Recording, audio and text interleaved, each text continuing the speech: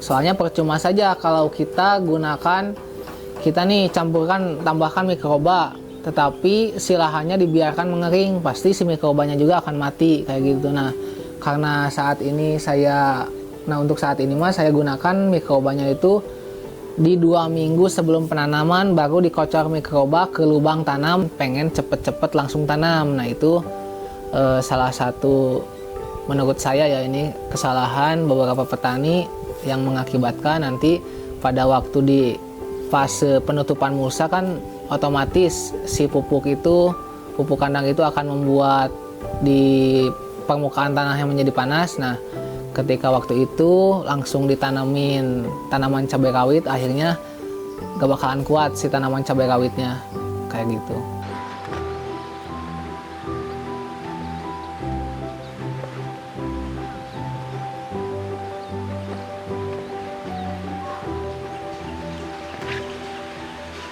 Bismillahirrahmanirrahim. Sebelumnya mohon izin perkenalkan, nama saya Fajar Hambali, asal dari Kabupaten Garut. Usia saat ini 26 tahun dan saat ini saya sedang belajar mencoba berbudidaya tanaman cabai rawit di lahan yang ke-4 kali tanamnya ini. Olah lahan untuk keberhasilan tanaman cabai rawit ini adalah faktor yang utama dan bisa menyebabkan kegagalan juga apabila olah lahan ini tidak diperhatikan. Kenapa demikian? Karena pada waktu olah lahan ini itu membuat fondasi dan makanan-makanan untuk si tanaman nanti.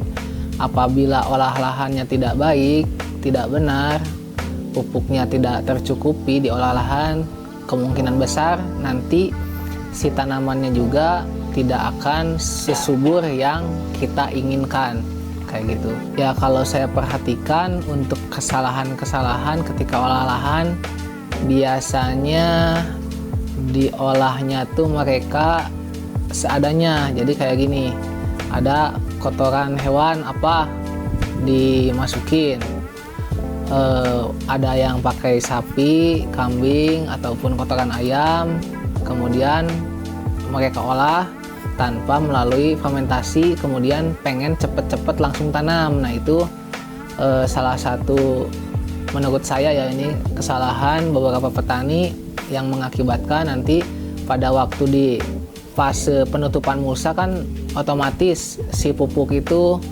kandang itu akan membuat di permukaan tanah yang menjadi panas. Nah ketika waktu itu langsung ditanamin tanaman cabai rawit, akhirnya gak bakalan kuat si tanaman cabai rawitnya kayak gitu. Nah untuk yang saya gunakan untuk saat ini, dari lebar bedengan atau guludannya itu di 120 cm. Kemudian dari guludan ke guludan kan ada parit. Nah paritnya itu lebarnya di 1 meter sampai 110 cm.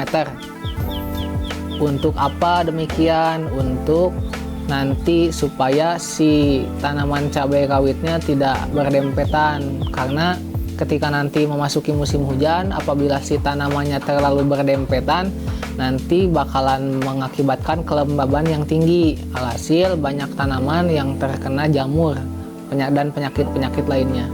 Panjang bedengan, kalau untuk panjang bedengannya saya tidak punya standarnya. Yang penting ketika nanti musim hujan jangan sampai si airnya itu terlalu menggenang lama di antara bedengan atau di paritnya.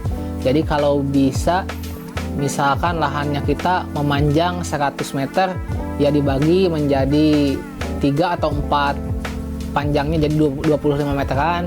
Supaya apa? Supaya nanti ada saluran airnya tidak terlalu menggenang kayak gitu. Nah kalau untuk saya disamakan aja ya, tingginya tuh di 50 cm. Kenapa demikian? Karena apabila kita tanam di musim kemarau, pasti kan puncak panen itu di musim hujan. Kemudian apabila kita tanam di musim hujan, awalnya nanti akan panen di musim kemarau dan ketemu juga nanti di musim hujannya.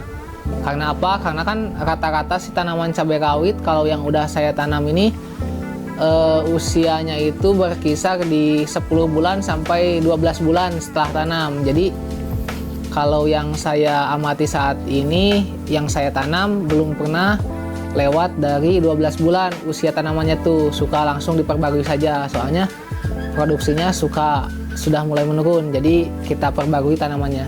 Nah, kalau untuk olah lahan pencangkulan itu bagusnya tanahnya dibuat segembur mungkin atau selembut mungkin. Supaya apa? Nanti supaya si akar tanamannya itu bisa menyebar dengan cepat.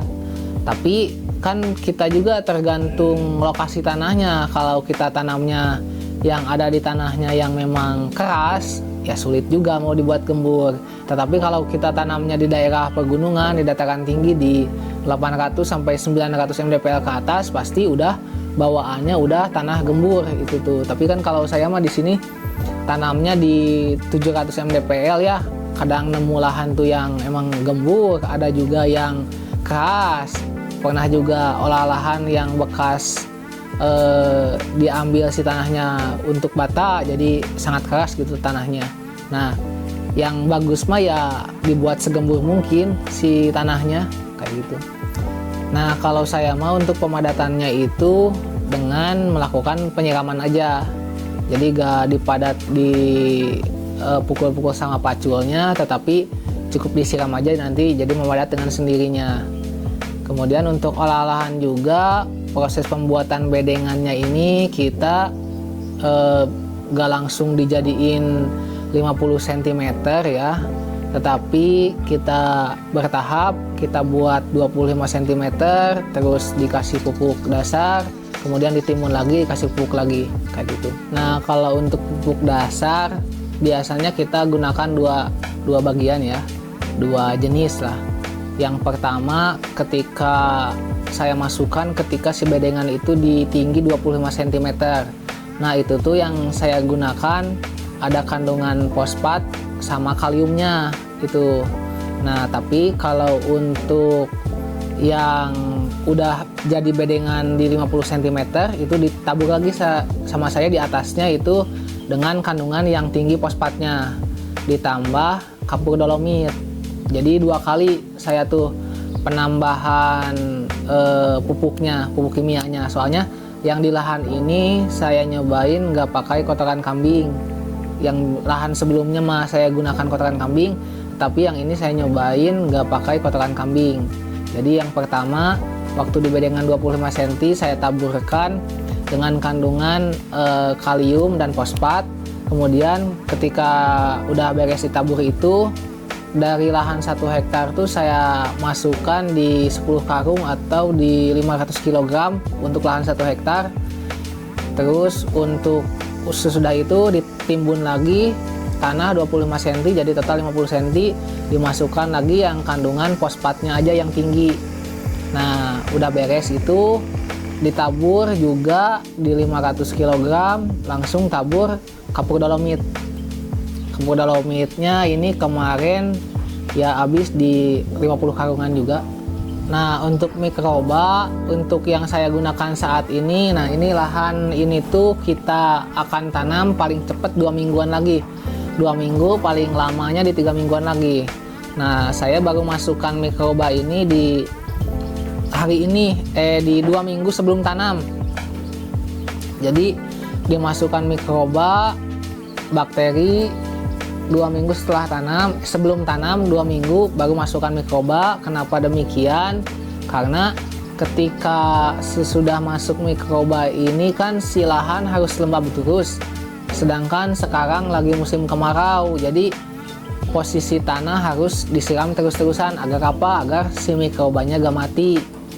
Soalnya percuma saja kalau kita nih tambahkan mikroba, tetapi si lahannya dibiarkan mengering, pasti si mikrobanya juga akan mati kayak gitu. Nah, karena untuk saat ini saya gunakan mikrobanya itu di 2 minggu sebelum penanaman, baru dikocor mikroba ke lubang tanam sama lubang pupuk. Nah, untuk setelah olahan ini saya kasih juga mikroba itu dengan dosis 1 liter untuk 200 liter air. Kemudian dicampur juga gula atau molasenya itu saya campur di 500 ml sampai 1 liter lah, atau 1:1 untuk 200 liter air. Nah, untuk aplikasinya saya gunakan per lubang tanam itu dikocor di 200 sampai 300 ml. Nah, udah gitu nanti kan bakalan hidup si bakteri-bakteri baiknya atau mikrobanya. Nah, nanti itu akan sangat menguntungkan untuk si tanaman cabai rawit yang akan kita tanam. Nah, untuk sterilisasi lahan, kalau ini kan kebetulan lahannya lahan baru ya, bukan lahan bekas tanaman cabai rawit atau tanaman apa. Jadi kita nggak pakai ya, soalnya kalau kita disterilisasi, misalkan pakai H2O2 nanti mati sama bakteri-bakteri baiknya. Kalau untuk sekarang yang ini saya nggak pakai ya, tapi nanti kalau udah mau lahan janda, nah saya bakalan pakai dulu itu H2O2. Tapi kan kalau kebenaran ini lahannya lahan baru, jadi saya nggak pakai dulu. Nah, untuk herbisida kayak yang kelihatan saat ini kita kan belum masuk. Nah, masuknya ini herbisida tuh di 2 minggu sebelum tanam sama H-2 sebelum tanam. Jadi kan ini udah mulai banyak nih di pinggir-pinggirnya itu gulma. Nah, kita masuk 2 minggu sebelum tanam, spray dulu. Udah gitu H-2 sebelum tanam kita spray lagi biar gak terlalu cepat pertumbuhannya.